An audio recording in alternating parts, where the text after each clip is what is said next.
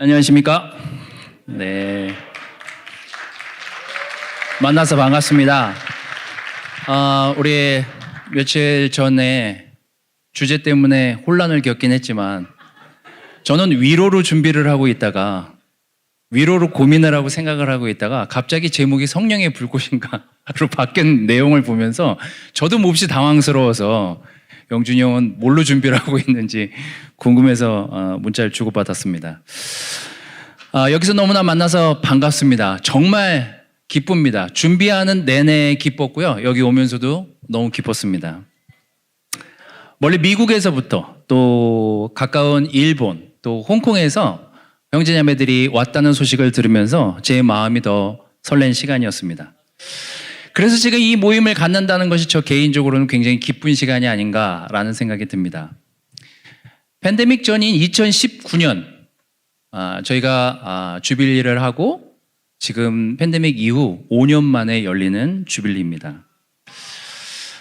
지금 우리 이 교회에 많은 일들이 지나가고 있지만 이 주빌리가 2024년 우리가 시간이 지나서 그때 참 좋은 주빌리였다라고 기억되는 그 24년의 주빌리가 되기를 기도하면서 이 자리에 왔습니다. 저는 분당 미션팀으로 나와서 놀라운 형제자매들과 함께 믿음의 여정을 지나가고 있는 임효정이라고 합니다. 저도 전임들 중에 제비로 뽑혔습니다. 저를 모르시는 분들이 계실 것 같아서 잠깐 소개를 하자면 저는 군대를 다녀오고 학교에 복학하자마자 우연히 발견한 어떤 기술 때문에 벤처기업을 시작했습니다. 그리고 2000년 1월에 이 교회에 초대되어서 세례를 받았습니다. 지금 이 주빌리에 참석하고 있는 우리 재원이 형, 그리고 지상민 형제, 그리고 지금 저보다 먼저 말씀을 전한 우리 영준이 형이 메인 성경 공부 담당자들이었습니다. 저는 이분들에게 굉장히 놀라운 감사한 마음을 가지고 있습니다. 그런데 제가 이 주빌리를 생각하면서 이분들을 떠올리다가 문득 저랑 같이 함께 하다가 떠나간 많은 친구들을 떠올리게 됐습니다. 그러면서 생각나는 것은 이 세 사람은 어떻게 그 믿음을 쌓으면서 여직 남아있지? 라는 생각도 들었습니다. 놀라운 형제들이라는 생각이 들었습니다. 또한 35살의 젊은 나이에 목사가 돼서 또 분당의 미션팀으로 파송돼서 아주 모자란 저의 성품과 저의 생각들을 잘 다독이면서 분당교회에서 함께해 준 우리 분당교회 형제자매들에게 다시 한번 감사의 마음을 전합니다.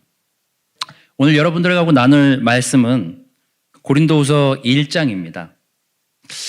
놀랍게도 이 고린도 교회가 처음 시작과 또 시간이 지나면서 겪게 되는 그 여러 가지 역경들은 오늘 우리 교회의 일들과 굉장히 맞닿아 있습니다. 저는 그런 상황들, 또 그런 시간들을 어떻게 이 고린도 교회에 있는 형제자매들이 위로를 받을 수 있었는지에 대한 이야기들을 여러분들하고 같이 말씀을 좀 나누면서 생각해 보려고 합니다. 오늘 저는 주님이 주시는 위로라는 제목으로 여러분들하고 좀 말씀을 좀 나눌까 합니다. 먼저 이 고린도 후서를 읽으려면 고린도 교회가 어떤 일들이 있었는지, 어떻게 생겨났는지를 생각하면서 오늘 이 고린도 후서 1장을 읽으면 좀 도움이 됩니다. 아덴이라는 곳에서 복음을 전하던 바울이 너무나 거기에서 신전에서 신들을 섬기고 있는 많은 사람들을 보면서 이 바울의 성격이 나오기 시작합니다. 급하고 복음을 전해야만 했고 너무나 힘써 하나님을 전하고 싶은 마음에 아무도 없는 아직까지 복음 전하는 팀들이 오기도 전에 그들과 싸우다가 그들한테 밀려가지고 쫓겨나게 됩니다. 그리고 쫓겨나서 간 곳이 고린도라는 곳이에요. 이분이 여기 복음을 전하려고 간 게 아니라 쫓겨나서 그쪽으로 갔습니다. 그리고 그 뒤에 굉장히 놀라운 황제가 일을 하나 저지르는데요. 글라우디오라는 로마 황제의 시절입니다. 그리고 로마 시내에는 많은 개종한 기독교인들, 유대교회에서 기독교로 개종한 사람들이 그 안에 있었어요. 그리고 그 시내 안에서 복음을 전하다가 이 글라우디오 황제가 그들에게 너무나 사회를 혼란시키고 문란하게 한다는 이유로 그들을 갑자기 그 로마 시내에서 쫓아내게 됩니다. 갑자기 쫓아난 이들은 오갈 데가 없는 상황이 됐기 때문에 그냥 쫓겨나서 어디론가 갔어야만 됐어요. 그곳이 어디냐면 역시 고린도입니다. 그래서 이 고린도 교회가 참 이상한 만남이 시작됩니다. 복음을 전하기 위해서 그곳에 간 생각이 전혀 없었던 바울과 갑자기 로마 시내에서 쫓겨난 많은 형제자매들이 고린도로 몰리면서 그야말로 고린도라는 지역은 기독교인들, 정말 빈털터리 아무것도 가지고 나오지 못한 그 기독인들이 거기 모여서 이 바울과 함께 교회를 시작하게 된 배경이 되었습니다. 어쩌면 우리 교회의 시작과 너무 비슷하지 않습니까?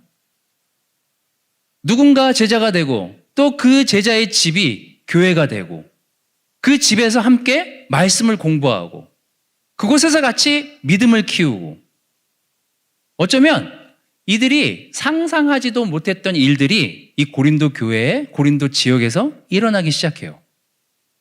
참 재밌게도 바울에게 놀라운 달란트가 있었는데 말씀을 전하는 달란트뿐만 아니라 직업이 있었습니다. 천막을 만들 줄 알았어요. 그런데 이 고린도 지방에 로마 시내에서 쫓겨난 사람들 그리고 바울이 함께 이 고린도 지역에 몰리다 보니까 무엇이 필요했겠습니까? 살아야 될 곳이 필요하지 않았겠어요? 모두가 다 쫓겨나서 왔으니까요. 그때 바울이 기웃기웃하다가 알바라도 해야 되겠다. 그래서 만난 사람이 누구예요? 브리스길라와 아굴라라는 놀라운 젊은 천막 만드는 사람들을 만나게 돼요. 이 부부를. 그리고 그들 부부의 밑에서 알바를 하다 보니 브리스길라와 아굴라는 또 특별한 사람이 이 자리에 왔다는 걸 알게 돼요. 아, 이 사람이 말씀을 굉장히 잘 가르치는구나. 놀라운 사람이구나. 그래서 이들의 집을 제공하고 이게 고린도 교회의 시작이 됩니다. 자, 그리고 이 역동적인 교회의 시작이 출발하면서 그 안에 많은 형제자매들이 늘어나기 시작하면서 굉장한 기적들이 일어나기 시작해요. 은혜가 넘쳐났고 특별히 고린도 교회는 여자들에게 특별히 은사가 많이 나타나요. 그래서 이 많은 은사 때문에 많은 문제들이 생겨나기 시작합니다.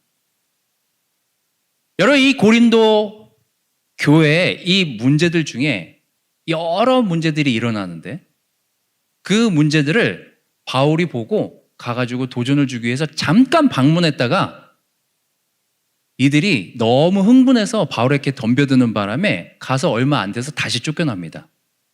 그리고 에베소로 와서 쓴 편지가 고린도 전서예요. 내 이놈들을 가만두서는 안 되겠다. 그리고 편지에다 그들이 잘못하고 있는 것, 그들이 회개해야 되는 것, 그들이 일으키고 있는 문제가 얼마나 교회를 힘들게 하는지 낱낱이 편지에 적어서 보냅니다. 그들이 어떻게 됐을까요? 그들은 회개했어요. 디도한테 편지를 전달하라고 해서 디도가 전달을 한 다음에 바울에게 와서 이렇게 얘기해요. 그들이 당신의 편지를 받고 회개했습니다. 그리고 바울이 그 얘기를 듣고 너무 기뻤어요. 그리고 바울이 그 다음에 이왕 이들이 회개했으니 더 세게 해야 되겠다 라고 하면서 편지를 썼을까? 아니면 그만하면 다 회개했으니 이제 그들에게 위로가 필요하겠구나 라고 했을까요? 맞습니다. 이제 그만큼 회개했으니 그들에게 위로의 편지를 써야 되겠다 라고 생각하면서 쓴 게 고린도 후서입니다. 오늘 여러분들하고 읽을 이 1장 2절에서 7절 말씀 중에 우리가 2절에서 5절을 먼저 볼 텐데요. 한번 보시면 얼마나 위로하고 싶어서 썼는지가 느껴질 정도로 위로라는 단어가 많이 나옵니다. 여러분들이 여기까지 오셔서 앉아 계시면 뭐 하겠습니까? 같이 읽어보도록 하겠습니다. 자, 시작. 우리 아버지 하나님과 주 예수 그리스도께서 내려주시는 은혜와 평화가 여러분에게 있기를 빕니다.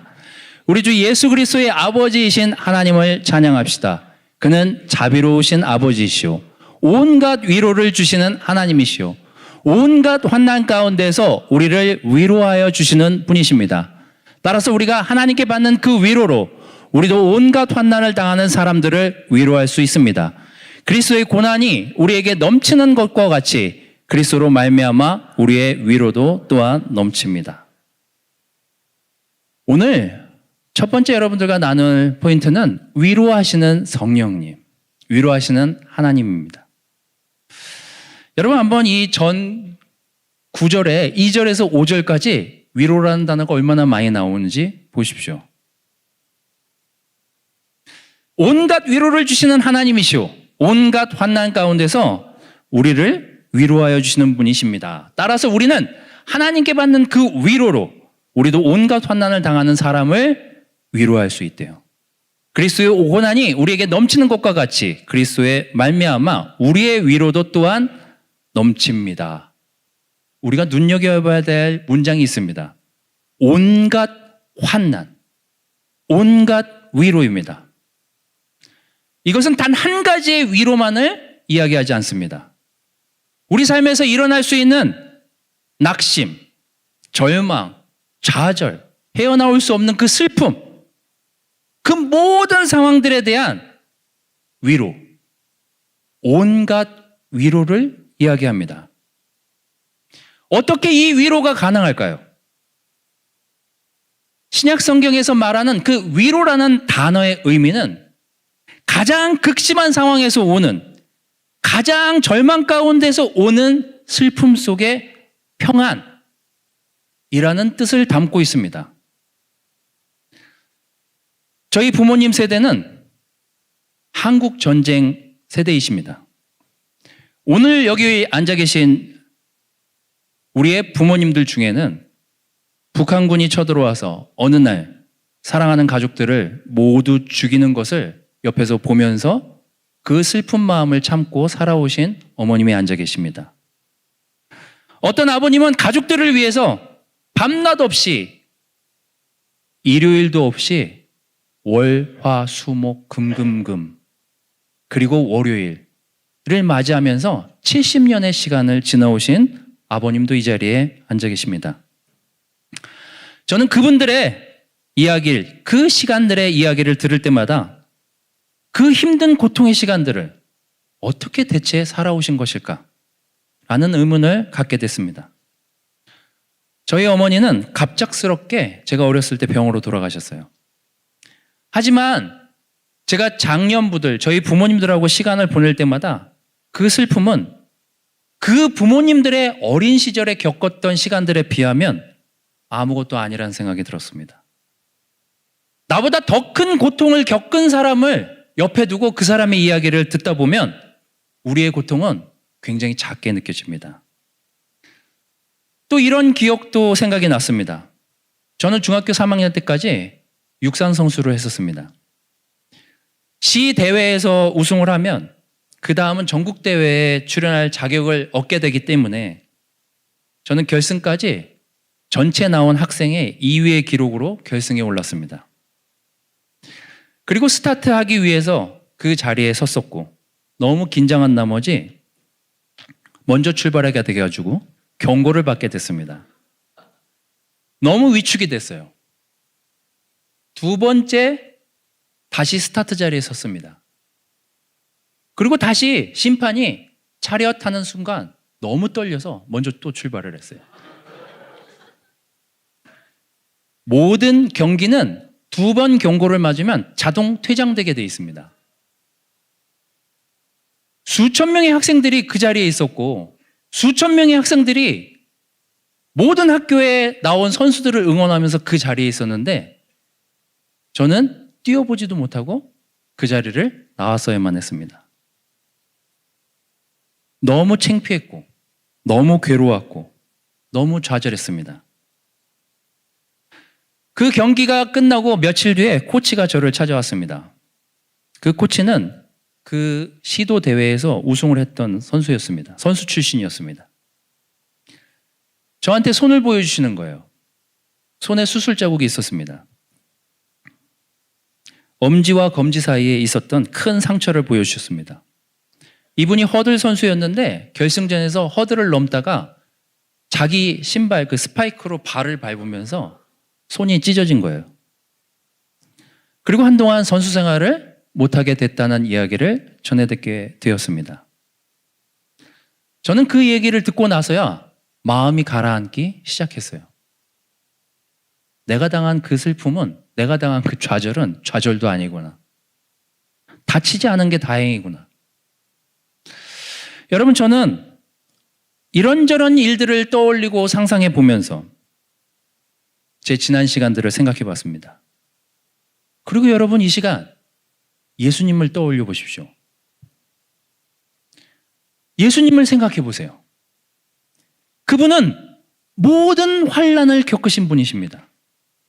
억울함, 오해, 시기, 비난, 창피함, 그리고 자신의 죄도 아닌 남의 죄를 위해서 십자가에 매달리시기까지 하셨습니다. 바울은 오늘 고린도 교회에 이 포인트를 얘기하고 있어요. 그 모든 혼란과 환난과 그 모든 슬픔을 지우고 십자가에 달리신 그분만이 너희들을 위로할 수 있다고요. 그 모든 환난을 겪으셨기 때문에 너희가 겪는 그 환난을 이해하실 거라고요. 주님이 우리의 못난 모습을 다 이해하시는구나. 그 십자가의 상처와 고통으로 그 많은 경험을 하셨기에 그분은 우리를 감싸주실 수 있는 분이구나. 마태복음 5장 4절은 이렇게 얘기합니다. 슬퍼하는 사람은 복이 있대요. 하나님만이 그들을 위로하실 수 있답니다.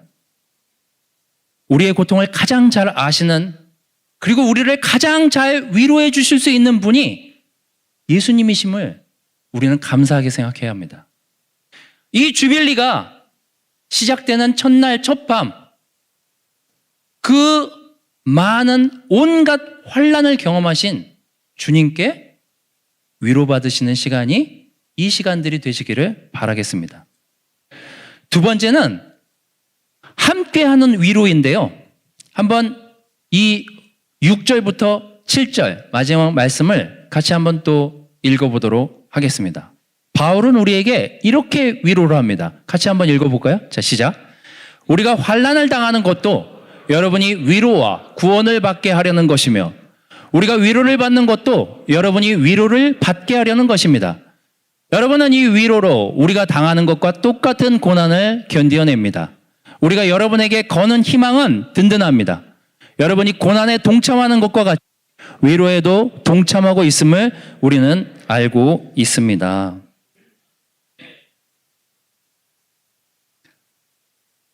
여러분은 이 위로로 우리가 당하는 것과 똑같은 고난을 견디어낸대요. 두 번째, 함께하는 위로가 얼마나 큰지 여러분들과 좀 나누려고 합니다.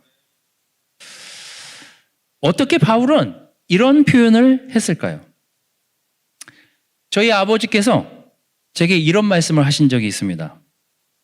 인생에는 항상 두 개의 답이 있다. 그땐 틀렸는데 지금 맞는 게 있다. 지금 맞았는데 나중에 보니 틀린 게 있더라. 너무 맞는 말씀 아닙니까? 우리가 어렸을 때는 굉장히 환난이라고 생각했는데 그 환난 때문에 열심히 살아요. 그리고 그는 성공합니다. 그리고 나중에 지나봤더니 어렸을 때 찢어지게 가난했던 게 나의 원동력이 됐어요. 아, 그때 그 환난이 나를 이렇게 만들었구나.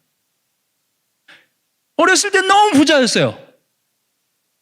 그때 너무 좋았어요. 근데 커서 보니까 쪼그라들었어요. 그땐 좋았는데 시간이 지나고 가난해진 나를 보면서 그때 왜 나를 부유한 데다가 놔둔 거야? 이렇게 생각하시는 분들도 있습니다. 진짜 맞지 않습니까? 저도 어렸을 때는 그게 맞는 것처럼 보였는데 시간이 지나고 나니 틀린 답들이 있더라고요.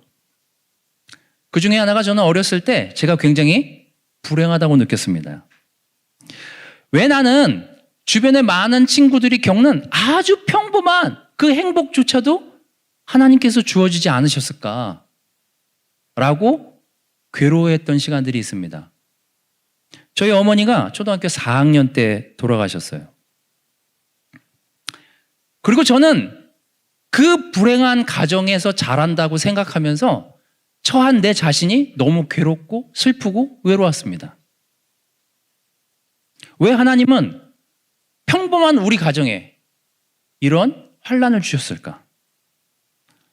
우연히 대학에 들어가서 가까운 친구 부모님이 운영하시는 고아원에서 아르바이트를 한 적이 있습니다. 그들을 가르치고 위로하고 도와주려고 그 자리에 갔는데 사실 그 알바하는 시간 동안 거꾸로 그 친구들한테 도움을 받고 있는 나를 보게 됐습니다. 얘네들이 너무 행복해 보이는 거예요. 부모도 알지 못하는데 너무 해맑게 노는 거예요. 자기네들끼리. 그래서 제 불평이 그 친구들을 보면서 이게 할 불평이 아니었구나 라고 깨달았습니다. 그리고 팬데믹 때 갑자기 제 어렸을 때 일들이 떠올라서 교회에 이야기를 했습니다. 저는 고아원에서 이제 사회로 나가서 집을 막 구해서 살아야 되는데 집을 구하지 못하는 청년들을 도와야 되겠다고 생각했어요. 그리고 그 친구들을 돕는 프로젝트를 시작했고 분당교회에 광고를 하면서 많은 형제 자매들이 재정적인 지원을 하게 됐습니다. 바울은 우리가 같은 고난에 동참하기에 그 위로도 함께하고 있다고 그렇게 가르칩니다. 우리가 함께할 때 이 위로가 더 배가 되는 거죠. 함께하는 개념이어야 됩니다.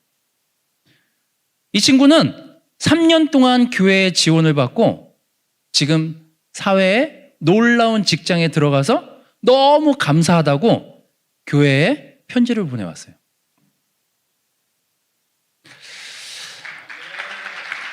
여러분, 저는 함께 해야 되는 개념이어야 된다고 생각합니다. 누구를 돕는다고 하는 개념이 아니라 함께 할 뿐이에요.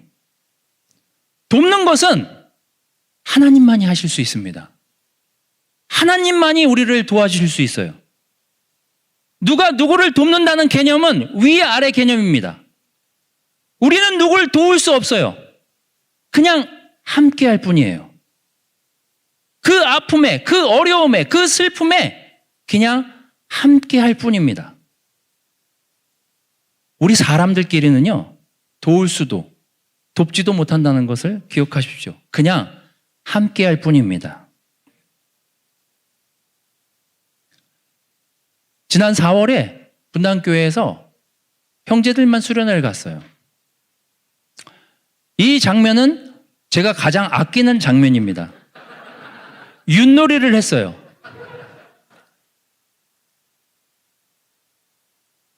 게임이 너무 과열이 됐습니다.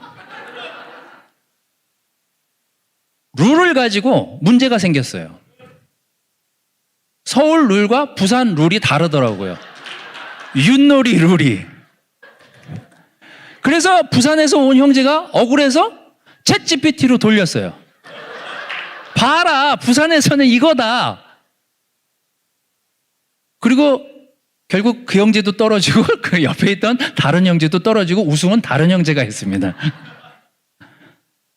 그리고 그 경기가 끝나고 흩어져가지고 형제들끼리 기도하면서 자기가 지나온 시간들의 잘못들, 죄들, 자기 문제들, 삶에서, 가정에서, 아내와 겪었던 그 많은 일들, 아이들과 겪었던 그 많은 일들을 나누면서 회개하는 시간이 있었습니다. 저는 그 시간이 너무 행복하고 기뻤습니다. 이 커플은 아이가 미숙아로 태어났어요. 힘들게 태어나서 6년, 7년을 그 아이에게 매달리고 이 아이를 키워내는데 온갖 에너지를 쏟아야만 됐습니다. 한 커플이 이 커플을 초대했고 이 커플의 아이를 이 패밀리 그룹에 있는 모든 형제자매들이 케어하면서 그들이 성경 공부를 시작했고 지난주에 세례를 받았습니다.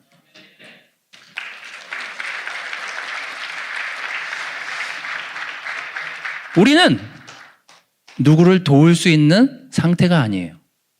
우리는 하나님으로부터 도움을 받은 사람들이에요. 로마서에 나오죠.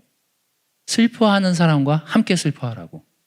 기뻐하는 사람하고 함께 기뻐하라고요. 우리는 함께 할 때 위로가 되는 관계임을 잊지 마십시오. 고린도후서 1장 28절 이 마지막 1장의 마지막 구절은 이렇게 바울이 정리하고 끝을 냅니다. 우리는 여러분의 믿음을 지배하려는 것이 아닙니다. 우리는 여러분이 기쁨을 누리게 하려고 함께 일하는 일꾼일 따름입니다. 우리는 지금까지 함께 싸워왔고 함께 믿음을 나눠왔습니다. 슬픔도 함께 했고 교회의 어려움도 함께 했고 교회의 수많은 일들을 겪어오면서 많은 희노애락이 이 교회 안에 묻어 있습니다. 오늘 주빌리의 첫 시작입니다. 오늘부터 시작되는 이 주빌리가 여러 가지 상황 속에서 여러 가지 문제들 가운데서 이 자리에 오셨을지 모르겠지만 정말 큰 환난 가운데 이 자리에 오셨다면 하나님으로부터 위로받으십시오. 그리고 위로를 받으시고 위로를 해주실 분이 하나님이심을 기억하면서 많이 형제자매들에게 나누십시오. 그리고 그 위로는 함께 할 때 더 위로가 됩니다. 내가 옆에 있는 형제와 내가 옆에 있는 자매와 여기 주빌리에 참석한 모든 형제적 자매들과 나의 문제를 내려놓고 함께 이야기할 때 그들도 위로가 될 것이고 그 이야기를 나눈 나 자신도 위로가 될 것입니다.